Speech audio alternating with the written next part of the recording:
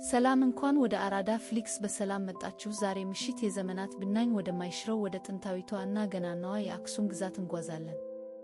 አይናችሁን በዝግታ ጨፈን አድርጋችሁ አስቡት። በሰሜን ኢትዮጵያ ከፍታማ ተራሮች ላይ ቀዝቃዛው እና ንጹሑ የሌሊት አየር በለስላሳ ይነፍሳል። ከፍ ባለው ጥቁር ሰማይ ላይ በሚሊዮን የሚቆጠሩ ከዋክብት እንደፈሰሰ ወተት ደምቀው ያንጸባርቃሉ። በዚህ ጸጥታ እና ሰላም በነገሰበት ምሽት ከምድር ተነስተው ወደ ሰማይ የተጠጉ ግዙፍ የድንጋይ ሐውልቶች በዝምታ ቆመው ይታያሉ።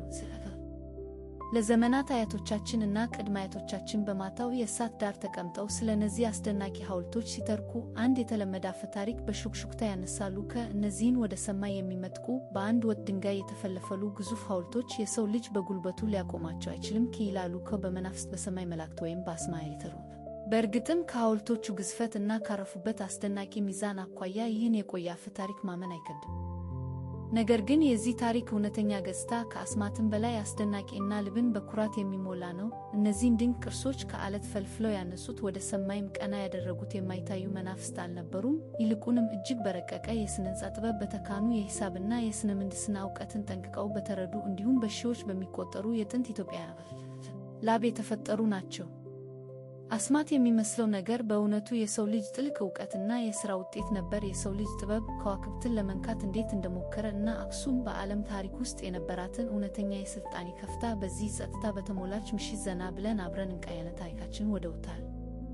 እንግዲያውስ ቻናላችንን ሰብስክራይብ በማድረግ የዚህ አስደናቂ ጉዞ አካል ይሁኑ። ብዙዎች ስለ አክሱም ግዙፍ ሐውልቶች ሲያስቡ አንድ ጥያቄ በአእምሮአቸው ይፈጠራል። ከእነዚህን ሰማይ ጠቀስ ዓለቶች የሰው ልጅ እንዴት ሊያቆማቸው ቻለ?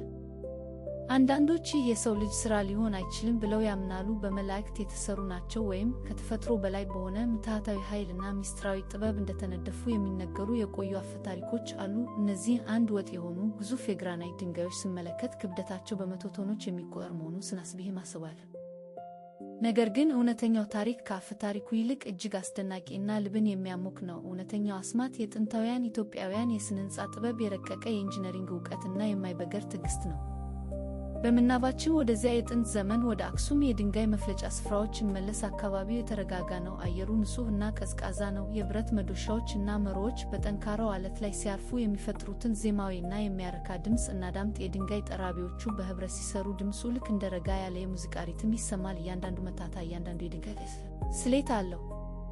ጠራቢዎቹ በጥንቃቄና በከፍተኛ ጥበብ ይህንን ግዙፍ ድንጋይ ወደ ውብ ሐውልትነት ይቀይሩታል። የሐሰት በሮች፣ የተደረደሩ መስኮቶች እና የዝንጀሮ ራስ የሚመስሉ ቅርጾችን በድንጋዩ ላይ ሲቀርጹ እያንዳንዱ እንቅስቃሴያቸው የተረጋጋና ትክክለኛ ነበር። ላባቸው ከግንባራቸው ላይ ሲንጠባጠብ፣ ፊታቸው ላይ ግን የኩራትና የጥልቀት ስሜት ነበር።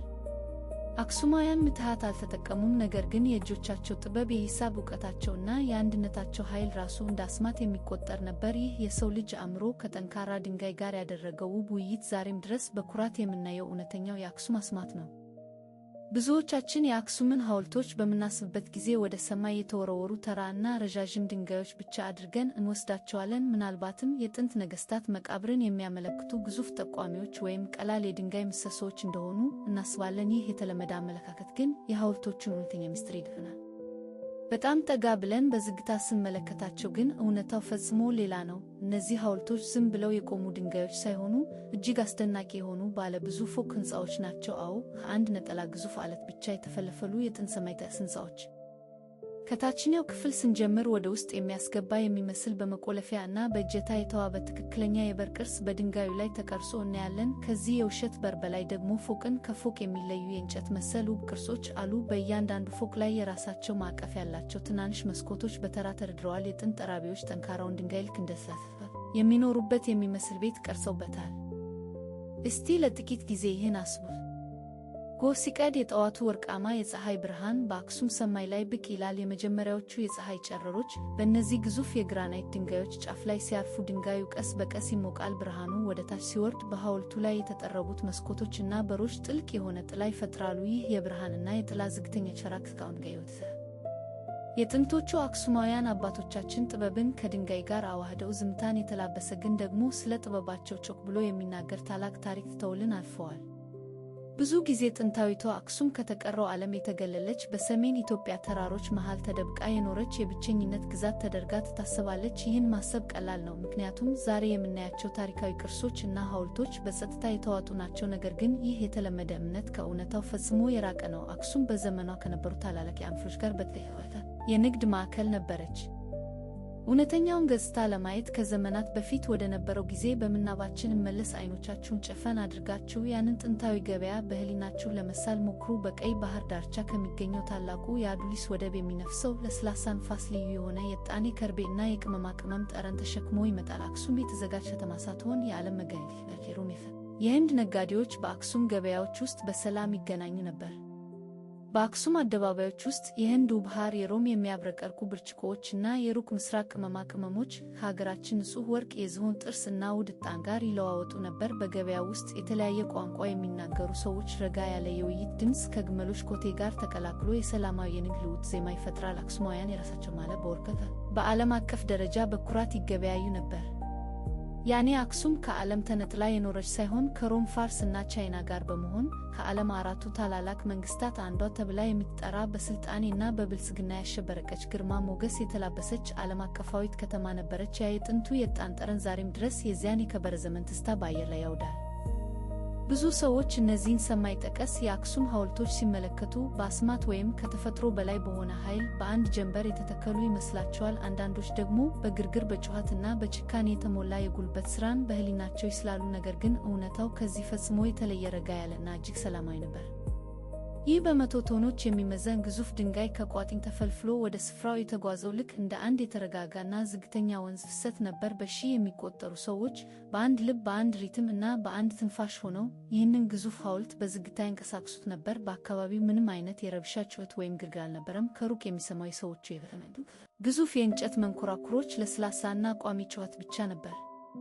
ከሰዎቹ ጋር አብረው ግዙፍ እና የተረጋጉ ዝሆኖች በሰልፍ ይጓዛሉ። የዝሆኖቹ ከባድ ግን ደግሞ እጅግ የተመጠነ የእግር ኮቴ መሬቱን በለሆሳስ ሲመታው ልክ እንደ አንድ የልብ ምት ወይም ጣፋጭ የእንቅልፍ ዜማ ይሰማል።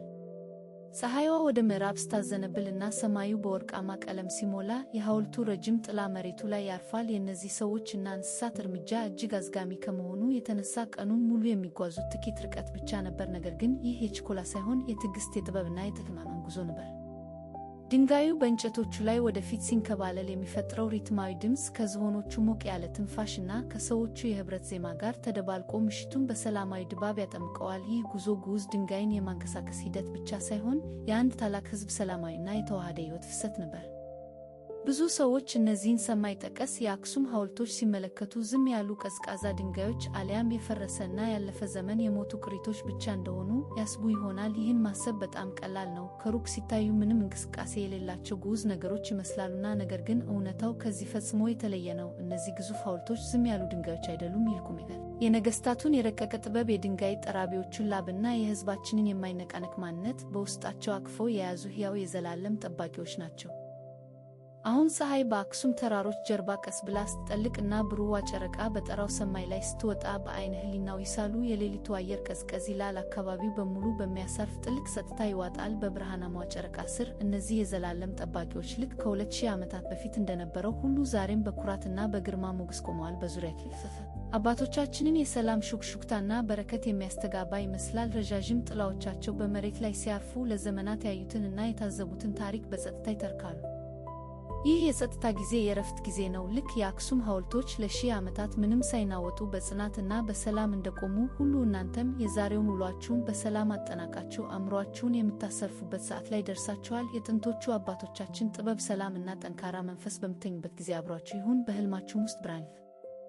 ይህን የጥንታዊቷን አክሱም የታሪክ ጉዞ አብራችሁን ስላደረጋችሁ ከልብ እናመሰግናለን። ሌሎች አስገራሚ የኢትዮጵያ ታሪኮችን፣ አፈ ታሪኮችን እና ባህሎችን በቀጣይነት ለመስማት ይህን የአራዳ ፍሊክስ ቻናል ሰብስክራይብ ማድረግዎን አይዘንጉ። አሁን ግን ጊዜው የእረፍት ነውና አይኖቻችሁን በቀስታ ጨፍኑ፣ ትንፋሻችሁን አረጋጉ፣ ሰውነታችሁን ዘና አድርጉ። ሰላማዊ ላይ ተፈልም